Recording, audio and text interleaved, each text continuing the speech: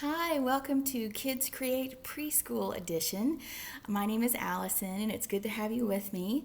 This is one of several series of workshops we have going on this summer as part of our Summer Reading Club 2020.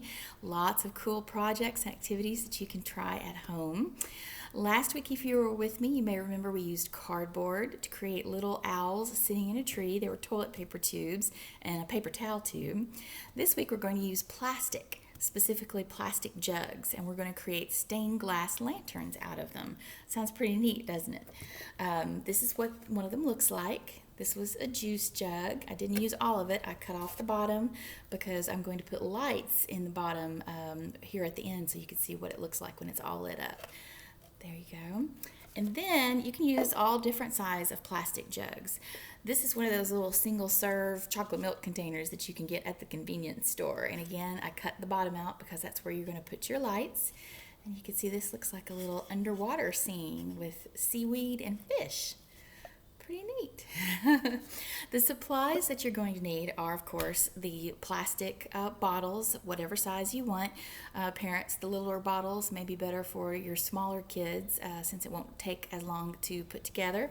You'll need some sort of glue. I like to use Mod Podge. Elmer's glue should work just fine. You'll need a brush to apply the glue. I like the foam brushes, but I would think a paintbrush should be just fine. You can experiment. You'll need sheets of tissue paper, colors of your choice, scissors, and then you're going to need to light your lantern.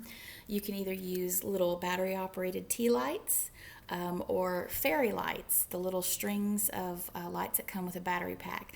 Don't use real candles with these, okay? Make sure that you work with your parent to get a little battery-operated tea light or the battery-operated fairy lights.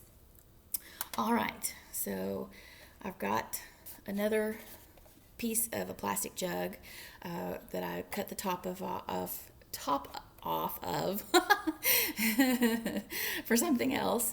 And you can see I've already got a few pieces applied and a few pieces over there. And I'm not going to do any particular pattern. This is just to show you how the technique works. Open your glue up. Very simple to do. It's surprisingly easy. Lightly brush some of the glue on. Don't need a whole lot. In fact, it's better to start with a little and add if you need to, rather than start with too much. So you're going to add some to the surface of the jug. Then you're going to apply your tissue paper, and then you're going to brush over the tissue paper, smooth it out. Oops. And see, that's the nice thing about this technique is if it wrinkles, it's usually pretty easy to smooth back out. Oh, there, I messed up again. Okay, there you go. See, that's how it goes. Yeah, very simple. Let me show you. Let me do one more square. I'll do it over here where the purple is so you can see. Just lightly apply some glue. And then lay the tissue paper down and brush over it with some more. And that is it. I love this technique. It is so easy. There you go. See? And you let it dry thoroughly. Okay? All right. Put my lid back on. Okay, so you can use your favorite colors. You can cut out different shapes. Parents, this would be a good way to practice, have your kiddo practice their scissor skills. Circles, squares, triangles, or you can just tear the pieces of tissue paper. That's what I did for the underwater scene because I thought it would look more like waves or the currents in the ocean. So I just tore the strips of blue paper, which you'll be able to see when I light it up from the inside. And I tore the strips of green to look like seaweed. I did cut the fish out because I couldn't make tearing it didn't work to make good fish shapes. So but you can use strips to create rainbow. If you're not an artist and you're not quite sure that you can cut something out in a really good shape, you can just use colors that remind you of something. Say, for instance, Superman's colors, the red and the blue and the yellow, or Teenage Mutant Ninja colors. I think is, what is that, red and green and black. Not sure. I haven't been a fan of Teenage Mutant Ninja Turtles in quite a while. So you can just use your imagination and come up with a lantern that is fun for you. You can use these in a blanket fort. You can use them as night lights, because what's neat about some of the tea lights and the fairy lights is that they operate on a timer, and they don't get warm, so they're safe. And after you've fallen asleep, the fairy lights, I don't know about the tea lights so much as the fairy lights, but the fairy lights will definitely shut off after a while, so that's pretty nifty.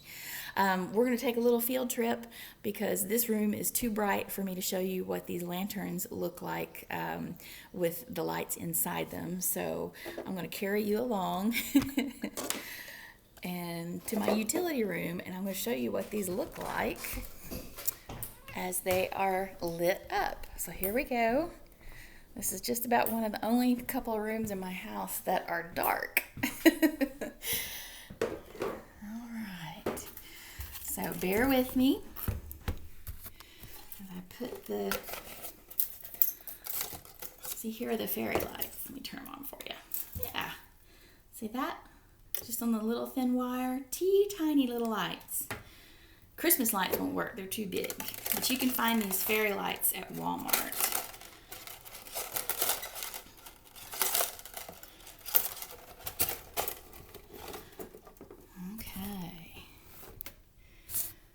Can you see that? Let me see if I can just lift it up for you.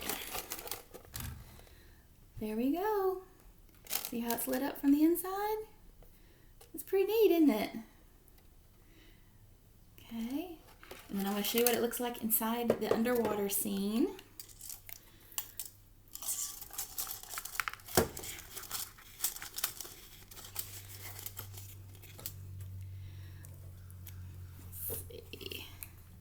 Can you see the fish? There we go.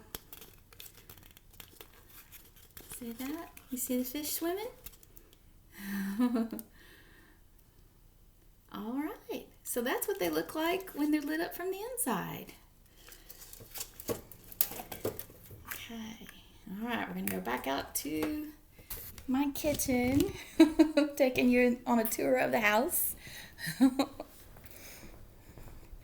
All right.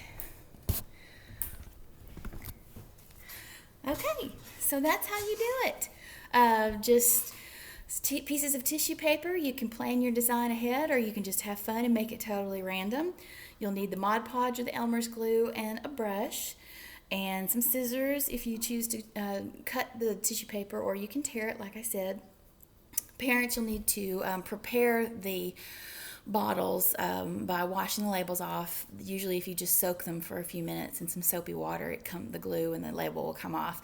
And the expiration date that's printed on them, that should come off with nail polish remover. I didn't have any in my house, but I believe that should do the trick. So that'll take the black ink off of the plastic as well.